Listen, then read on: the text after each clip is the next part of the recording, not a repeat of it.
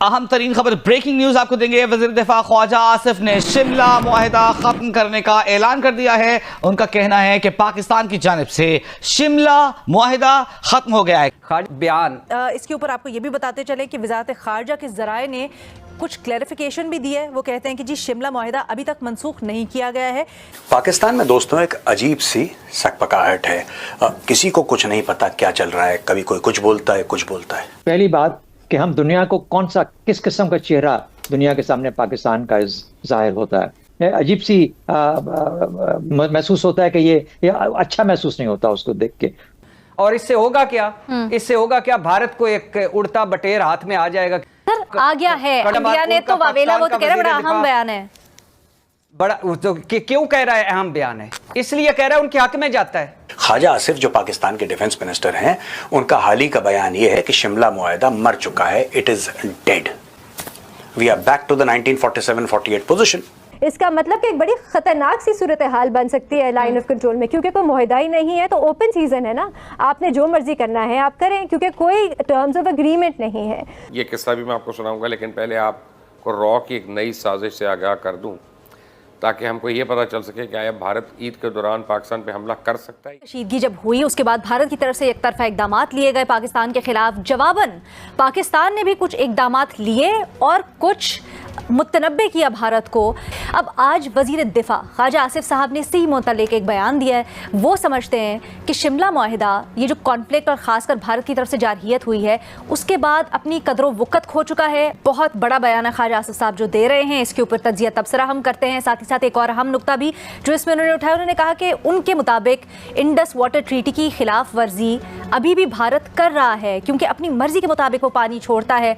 तो ये ज़रा नुक्ता उठाएंगे। इसके ऊपर आपको ये भी बताते चले कि वज़ारत ख़ारजा के ज़राए ने कुछ क्लैरिफिकेशन भी दी है। वो कहते हैं कि जी शिमला मुआहिदा अभी तक मनसूख नहीं किया गया है। लेकिन ख्वाजा आसिफ साहब जिस राय का इजहार कर रहे हैं, जो बयान दे रहे हैं, क्या वो दुरुस्त है? भट्टी साहब क्या राय है आपकी? मैडम शेख, सबसे पहले तो आपको सलाम है। आपने इंट्रो में कहा कि ख्वाजा साहब ने बहुत बड़ा बयान दिया है। ख्वाजा साहब ये जो बात कर रहे हैं, मैडम शेख, ख्वाजा साहब ने तो कहा था कि गजनवी लुटेरा है, महमूद गजनवी लुटेरा है। वो भी बड़ा बयान था। ख्वाजा साहब ने तो ये भी कहा कि हमने मगरब के कहने पर दहशतगर्द तंजीमों की 3 दहाइयों तक हमायत की। ये भी बड़ा बयान है। ख्वाजा साहब ने तो कहा कि उनसे पूछा गया कि कहाँ गिरे हैं जी आप भारत के तैयारे, क्या सबूत है आपके पास? उन्होंने कहा सोशल मीडिया पर मौजूद है। ये भी बड़ा बयान है। ख्वाजा साहब जैसे के होते हुए हमें और क्या ज़रूरत है किसी दुश्मन की या किसी अपने मुखालिफ की? यानी क्या इसका क्या मतलब है इस बयान का? ना ये ऐसा बयान है कि इसे सीरियस लिया जाए, ना इसकी कोई बयान की अहमियत है। और फिर तब जब दफ्तर खारजा इसकी खुद एक तरह से तरदीद कर चुका है, तो फिर इस पर सवाल रखना। ना ये ख्वाजा साहब का मैंडेट है, ना ये ख्वाजा साहब को किसी ने कहा है कि आप अनाउंस करें। और एक गैर जिम्मेदाराना, बिला जवाज, बेतुक्का बयान और वक्त का ज़िया। और इससे होगा क्या? इससे होगा क्या? भारत को एक उड़ता बटेर हाथ में आ जाएगा कि देखें पाकिस्तान में क्या सोच पाई जाती है। सर आ गया है। आप ये भूल रहे हैं कि ख्वाजा आसिफ साहब वजीर दिफा हैं। दूसरी चीज, ज़राए कह रहे हैं ये वजारत ख़ारजा के, अभी उस तरह से कोई क्लैरिफिकेशन नहीं आई है। बट जब वजीर दिफा इस तरह की बात करते हैं तो फिर उसकी अहमियत होती है। कोई अहमियत नहीं होती। सर वो आपने अभी सुना ही बेनजीर के अल्फाज में कि इंडिया किस तरह से इसके ऊपर। सर मैं आपकी राय को निगेट नहीं कर रही हूँ, मैं सिर्फ आपको ये बता रही हूँ कि इसको ब्रश ऑफ इस तरह से किया जा सकता है जिस तरह से आप कर रहे हैं। जी किया जा सकता है, मैं कर सकता हूँ ना भाई। आप इंडिया क्या कर रहा है? इंडिया यही तो कर रहा है। नहीं, इंडिया ने तो वावेला, वो तो कह रहे हैं बड़ा अहम बयान है।